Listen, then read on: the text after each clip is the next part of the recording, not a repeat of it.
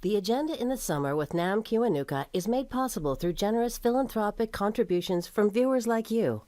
Thank you for supporting TVO's journalism. The conversation underway today around Canada's historic treatment of Indigenous people has many precursors. I'm Nam Kiwanuka. One of them was a protest movement known as Idle No More. Tonight, we'll look back at its early days and the context it offers us now.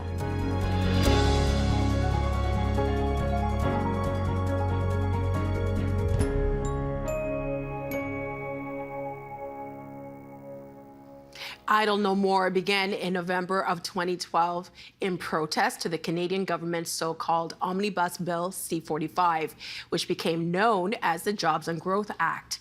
4 women in Saskatchewan concerned about the bill, eroding Indigenous treaty rights and environmental protection, put a call out on social media for a meeting in Saskatoon titled Idle No More. In just a few weeks, it became a movement, with major demonstrations across the country and in Ottawa, outside then Prime Minister Stephen Harper's office. While the immediate aim was to stop the passage of that bill, its influence became much bigger than that, continuing to this day as a grassroots, women-led movement for Indigenous rights that spans the continent. This conversation from January 2013 took place just days before Prime Minister Stephen Harper met with Indigenous leaders. Whatever it is, it seems to have come together quite organically, but do you think you're the head of a movement? Oh, I'm not the head of the movement. Not the head, at the head. I mean, you are you? It's an organic people's movement without any bureaucracy. You don't have any elected leaders or paid politicians. And what you have is a series of organizers and spokespeople across the country. And the thing about this movement is that it respects the sovereignty of individuals and First Nations, so that it's okay for us to say different things at different times. And some of us want to do marches and rallies, some of us just want to do round dances, some of us don't want to be involved, and that's the beauty of this movement. And I think, you know, the Minister Duncan also denied that this was a movement. He said this was just a little bunch of social media, but I think the international community has recognized that it's a movement. I mean, you can't deny it exists. There's activities going on every day. It's been that way for a month, and we're ramping up. We have a strategic action plan about how to expand. So if it looks like a movement and walks like a movement, it seems to be a movement to me. What do you think sparked it? Oh, I know the legislation sparked it. I mean, as opposed to the hunger strike.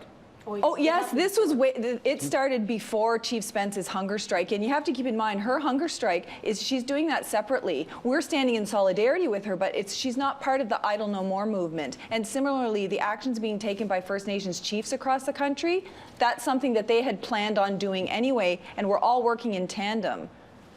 Russell, the name, we're going to get to the legislation that everybody is concerned about, but first let's do one more thing on this. The name Idle No More suggests, of course, that there was plenty to be idle about in the past, or that people were too idle in the past. You think that's true?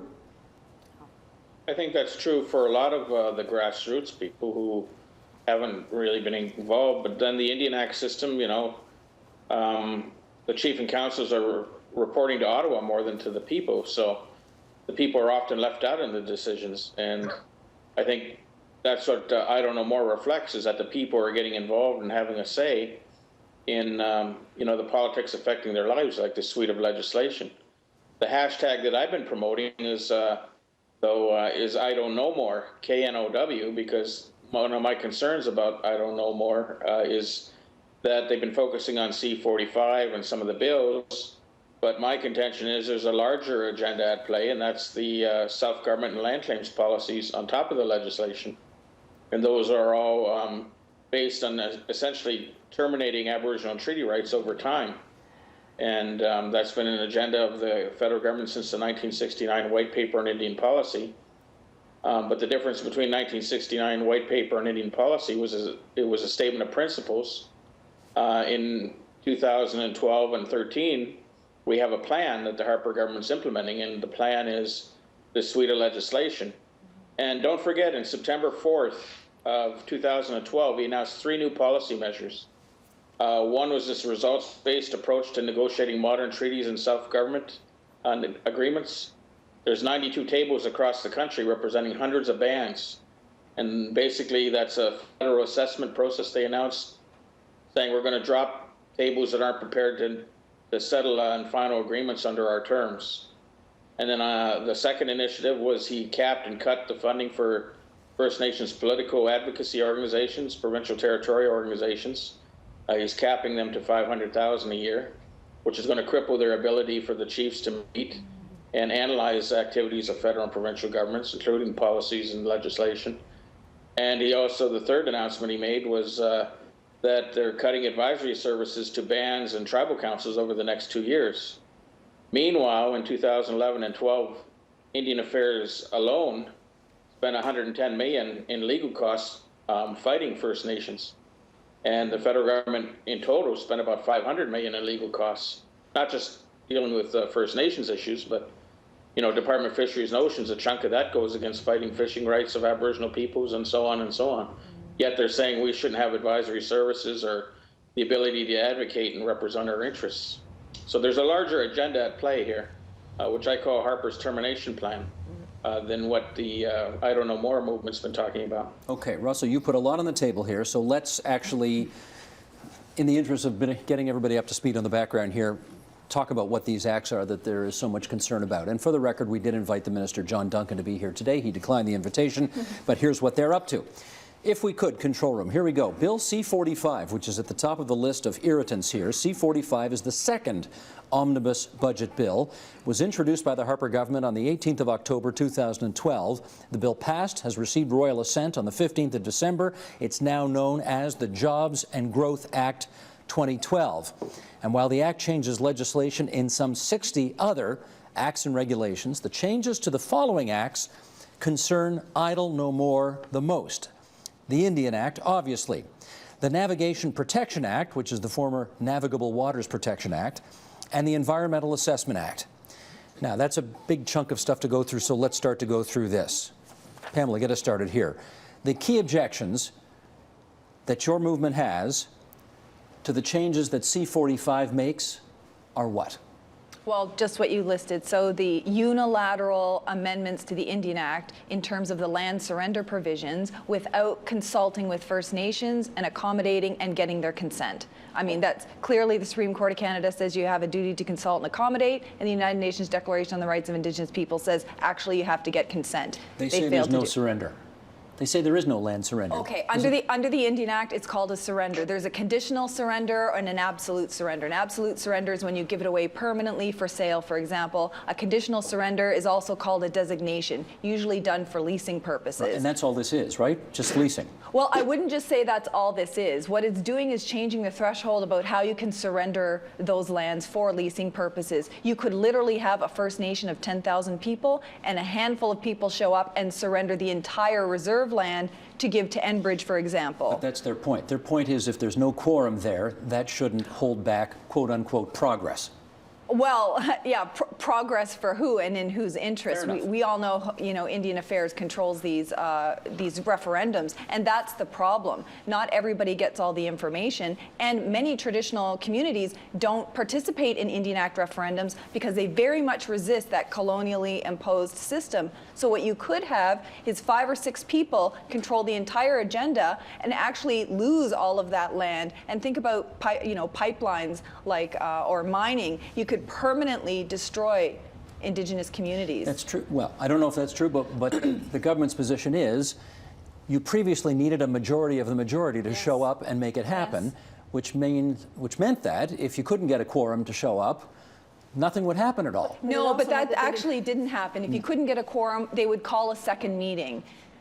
I mean, because that was the process that Indian Affairs used. And that's there for a reason, to make sure that you're hearing the voice of the people on those kinds of land surrenders. I was just going to say that. If they didn't show up to make the decision, it's because they didn't want that decision made.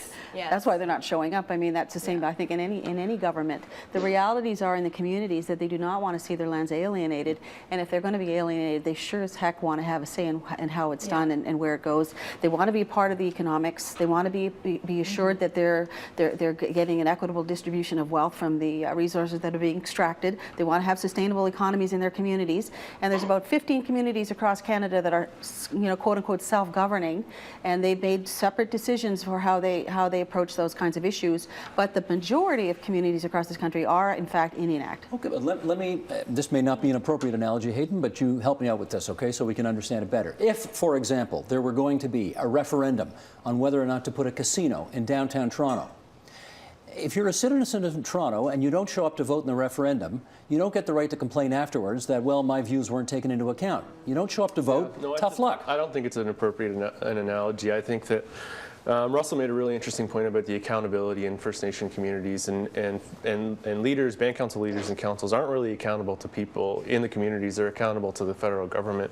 And I think that there aren't a lot of avenues for action, for input by First Nations peoples into the political process. That's why I think that Idle No More is coalescing not only around resisting changes that the federal government's making, but also coalescing around activism against band council chiefs, against the AFN, against the system that prohibits them any active participation in governance. So, City of Toronto, maybe citizens have more access and more avenues and more arenas through which to engage their leaders.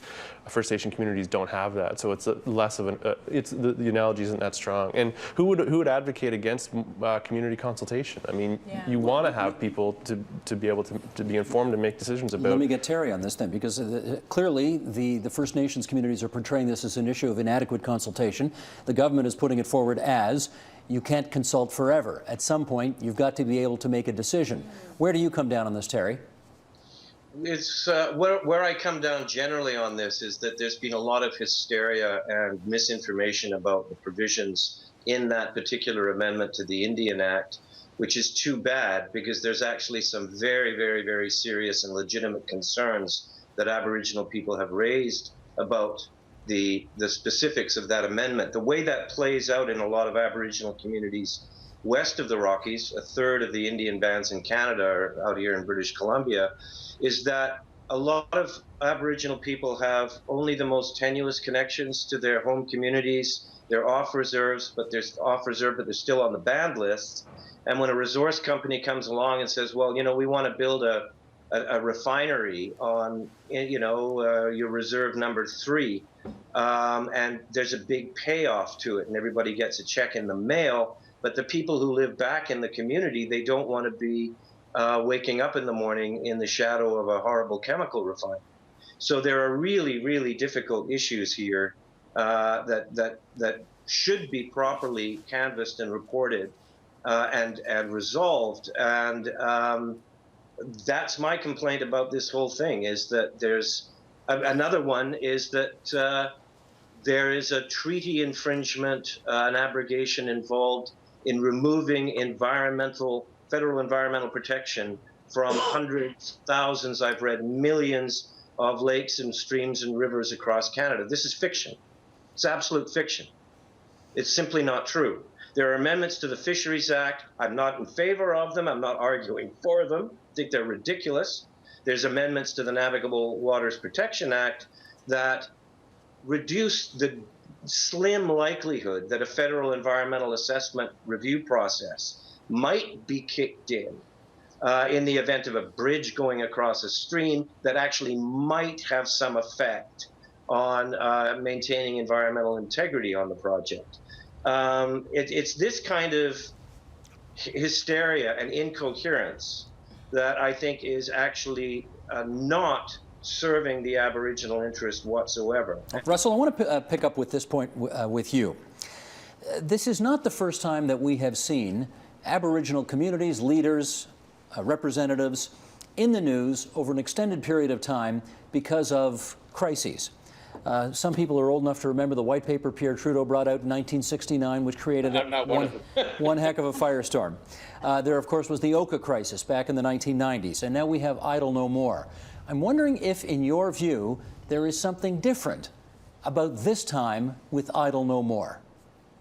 Yes, this time we have smartphones, we have Facebook, we have Twitter, we have a lot of young people, people of other ages who have adapted that technology for us to be able to communicate and organize, gather, and meet. And I think I Don't Know More really emerged using this technology and the social media to be able to start to get together, to do the flash mobs, to organize the demonstrations that are happening, to communicate messages. I mean, I'm on Twitter myself and Facebook at my age. I'm one of the older ones.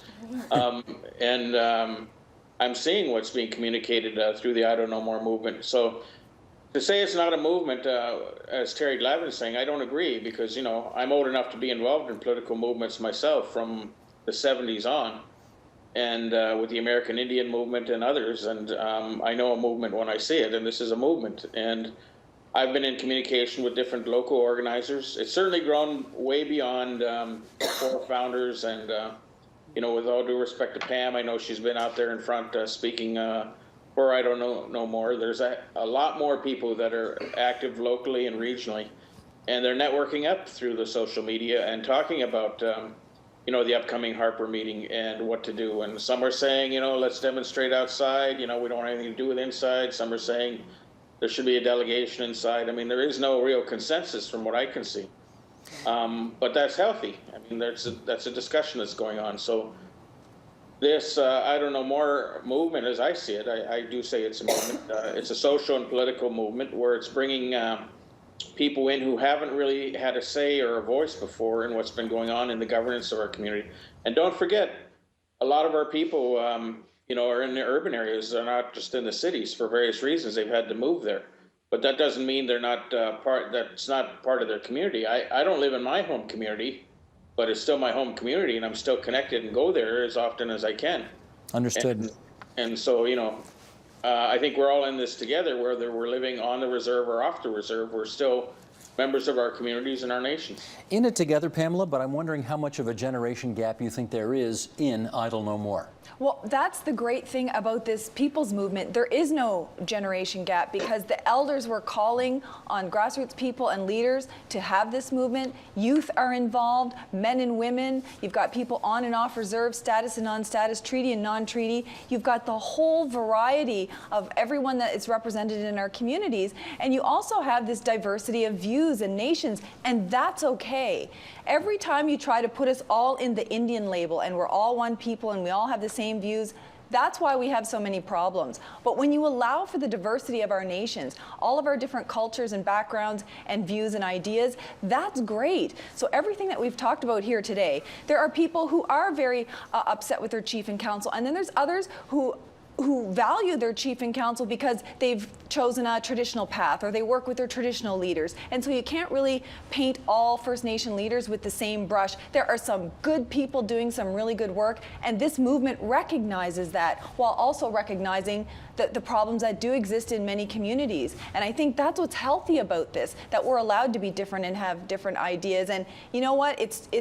It may upset the media that they can't point a finger on one specific slogan, but that's okay, because that's who we are as diverse nations. Terry, can I get you to weigh in on that?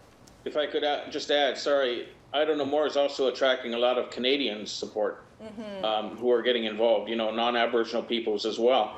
And that should be noted, because it's contributing to a dialogue in this country that's long overdue between Aboriginal and non-Aboriginal peoples about the relationship. And, you know, while I'm talking about this, to me, this problem goes back to the constitutional talks in the 1980s. They failed to resolve what the meaning of Section 35 in the Constitution was, the meaning of Aboriginal treaty rights. And that until we get some consensus on the meaning of Section 35 on both sides, we're not going to have reconciliation, because the government's been dictating to us that Section 35 is empty of anything until we sign agreements with them. And we've been saying to them, no, Section 35 recognizes and affirms our Aboriginal treaty rights, and we have to have consensus on what that means in this country. That's the real issue to me. I suspect you all saw Jeffrey Simpson's column in the newspaper in the Globe and Mail over the weekend, and I want to read just a snippet of it here, and then Terry, I'll get you to comment on this first, and we can finish up on this. It's called Living in a Dream Palace. And Jeffrey writes, too many communities remain within the dream palace, hungering for a return to a more separate existence, even if the lands on which they sit are, and likely always will be, of marginal economic value. At Awapiskat, Chief Spence's community is subject to severe flooding given its location on the James Bay Plain, but it refused to consider moving further upriver or near Timmins where there might be employment opportunities. To imagine that isolated communities of 1,000 or so people can be vibrant and self-sustaining, capable of discharging the panoply of responsibilities of quote-unquote sovereignty, is to live within the dream palace of memory. Let's go around on this. Terry Glavin, your comments on that. It's very rare that I see something of a kernel in a Jeffrey Simpson column that I agree with. I do see something of a kernel in that column that I've actually heard Aboriginal people articulate time and time and time again. One of the things about this phenomenon, whether it's a movement or not, whatever. I'm hopeful that it might be. One of the things I've noticed about this phenomenon is that there is a bit of that dream palace stuff that permeates most of these events, in that, you know, a lot of the oxygen for this has been provided by the sort of activist constituencies that were anti-globalization and occupists. And one thing I find a little bit disconcerting is that there's kind of an Indian in the cupboard thing going on here, that Aboriginal people are perfectly okay if they show up and they do smudge ceremonies and they're in their regalia and they chant and they drum and they talk about sacred this and sacred that. But God forbid should Aboriginal people not only put up roadblocks, but decide how to lift the roadblocks, who gets to come in, what logging companies, mining companies will be allowed to operate on the traditional territory, under what terms and conditions, who gets the jobs, how much do they pay, what happens to the product, where does it go.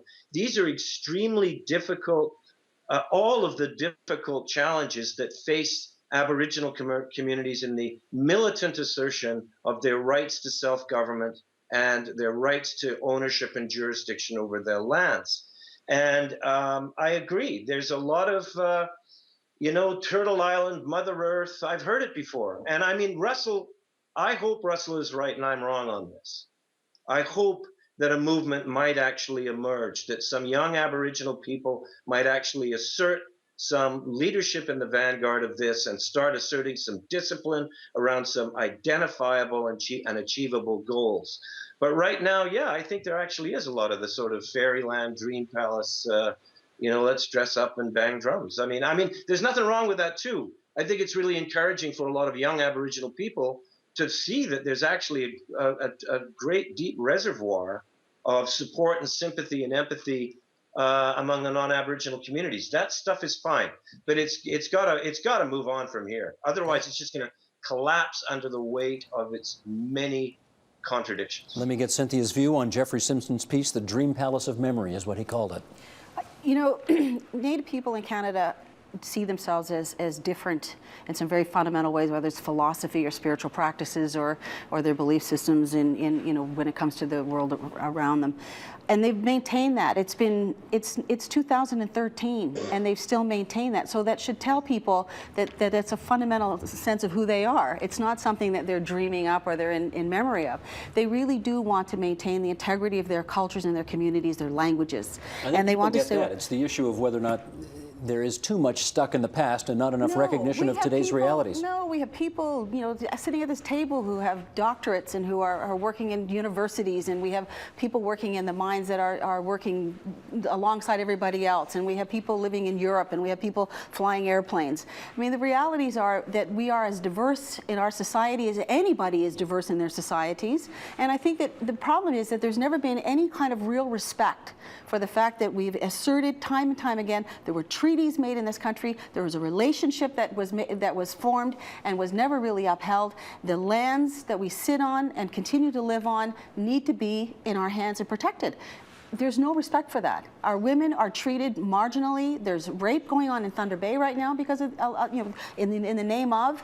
There's a lot of things that are going on that want to remove people from their lands and from their resources. As far as I'm concerned, it's a four-letter word that keeps us divided in its land. Hayden, your view? I think that the Simpson column's unfortunate on the one hand, you know. I mean, I guess for some people, Native people asserting their rights is scary, maybe a nightmare as opposed to a dream for people like Simpson.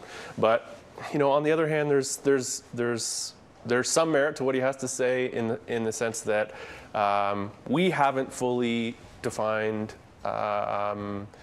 what Indigenous nationhood means. I think if anything important comes out of I Don't Know More, it's that nations start coming together and start articulating their vision of national governments and national movements and negotiating with Canada based on a nation-to-nation basis. I mean, maybe Simpson is right that work hasn't been done yet, but it is being done. We're working on it, and if anything comes out of I Don't Know More, I hope it's that. I think for what it's worth, Jeffrey Simpson would be the last guy to say that there isn't a long, proud, 2 minutes to go, long and proud tradition of many Aboriginal communities in this country that make us part of what we are all here.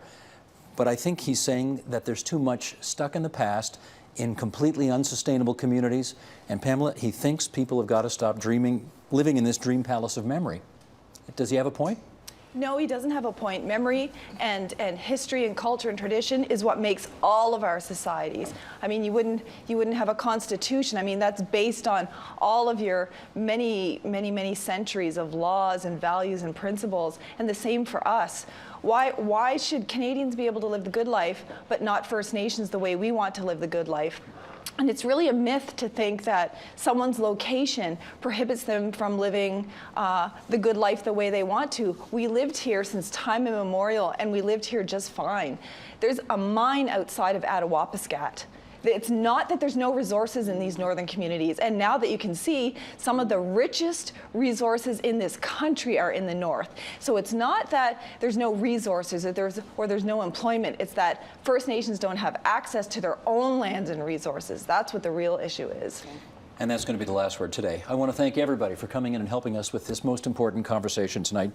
Out in Victoria, British Columbia, via Skype, Terry Glavin, the columnist with the Ottawa Citizen. Terry, thanks for being there out west for us today. In Temiskaming, Quebec, via Skype, Russell Diabo, editor of the First Nations Strategic Bulletin. Russell, thank you very much as well for being there just east of us. And here in studio, Pamela Palmater, I Don't Know More organizer, chair in Indigenous Governance at Ryerson University. Hayden King, Associate Professor of Politics, Ryerson University. Cynthia Wesley Eskimo, Nexon Chair in Indigenous Leadership at the Banff Centre. And that's it for tonight's agenda in the summer. The drowned body of a small boy on a beach in Turkey moved the world and Canada to respond to the plight of Syrians fleeing war. Tomorrow, we look back at that. I'm Nam Kiwanuka. Thanks for watching TVO and for joining us online at tvo.org. And we'll see you again tomorrow. The Agenda in the Summer with Nam Kiwanuka is made possible through generous philanthropic contributions from viewers like you. Thank you for supporting TVO's journalism.